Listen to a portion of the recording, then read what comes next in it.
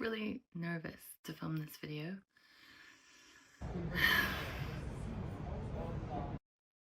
Don't know why. I mean, obviously I know why. This is a weird, controversial thing. I mean, it's not, but people make it out that it is. In my heart, this is a really happy story,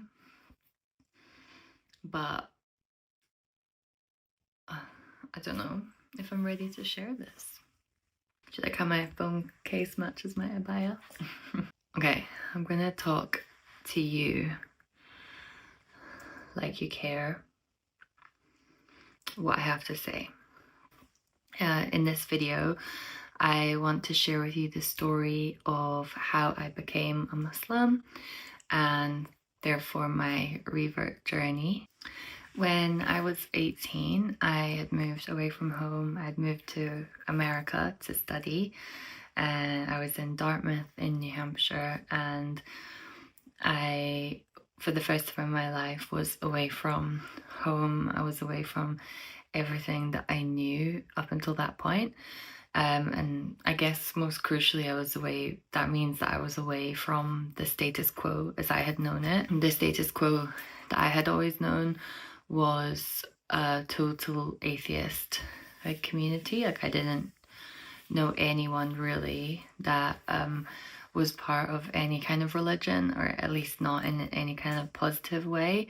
My family specifically have been touched by religion, but not in a very positive way. And obviously it's not my place to tell anybody else's story, but all I can say is that for certain members of my family, the experience that they had with Catholicism was almost 100% negative experience. And so that was what I knew of religion, that it was like for kind of crazy people who had imaginary friends and just used it because that they were sort of like weak and that they needed something.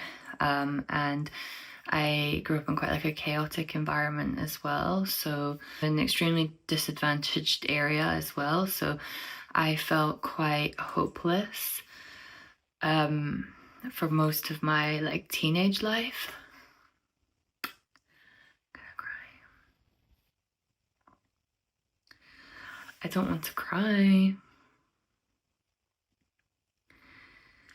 I think that I had a spiritual yearning all along, but without that being fed, I think everything just felt hard and pointless, really. When I moved to America, I had a friend there who I met who was a Muslim, and they explained to me like the thing that I think about the most, or the thing that stands out the most at that time, was I remember them explaining that they knew people that didn't drink because of their beliefs and not because they got violent or like had a problem with when they got drunk.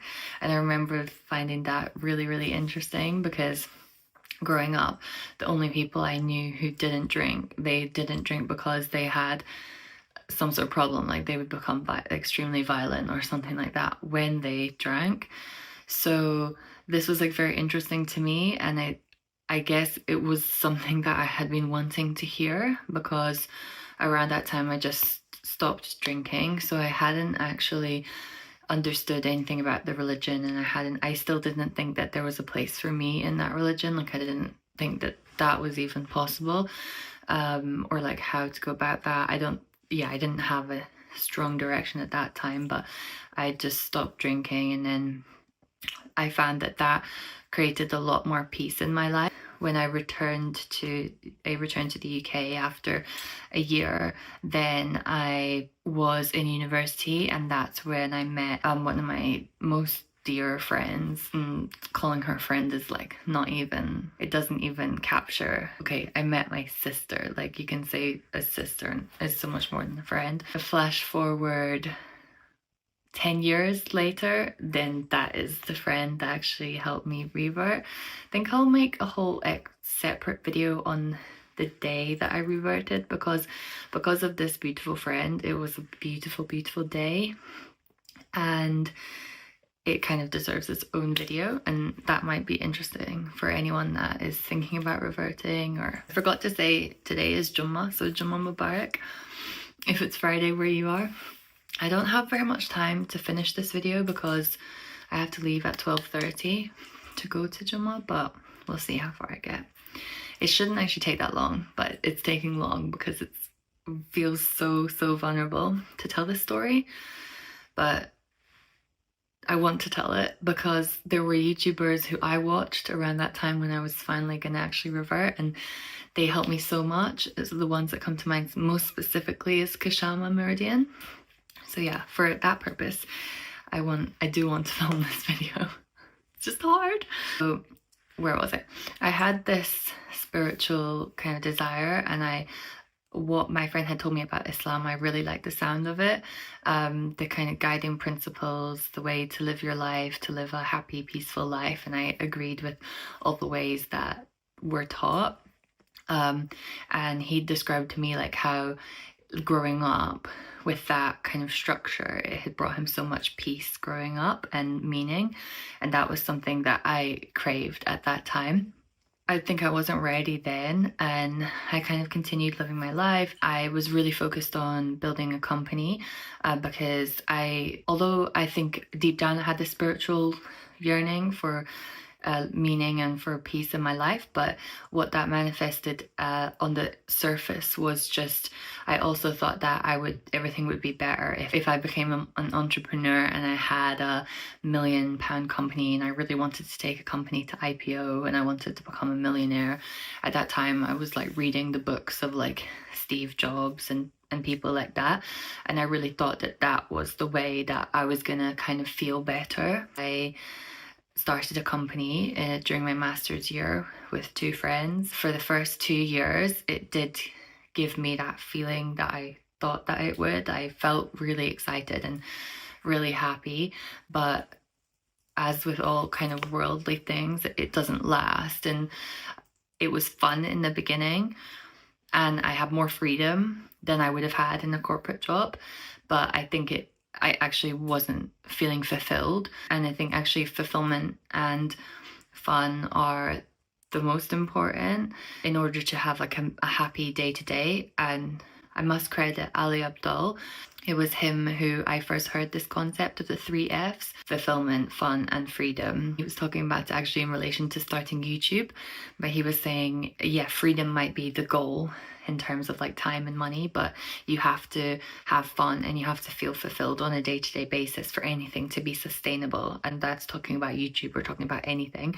And I find that relates really to everything. And so I started this company. It was extremely successful, and we were making the millions I always hoped to make. It was fun in the beginning and I had freedom, but it wasn't fulfilling.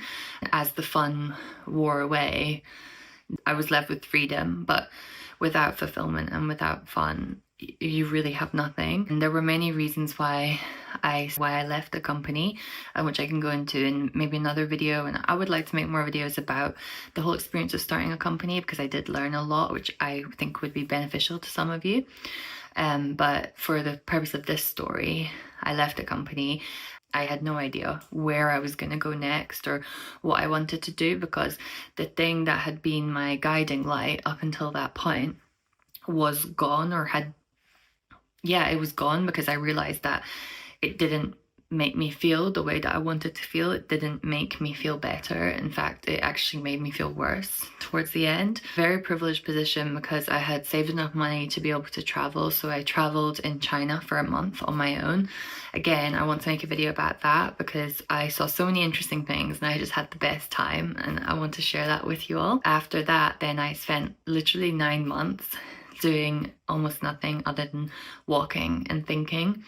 And it was during this time that I finally got to the point where I was ready to actually accept Islam. And I knew that this was now the thing that everywhere that I had failed to find the fulfillment before, I finally could see that this was the way that I would find that, or at least I hoped. I don't think I had the courage to hope very strongly. It wasn't like I had this very strong vision of like, I'm going to feel amazing after this. But I think I felt compelled.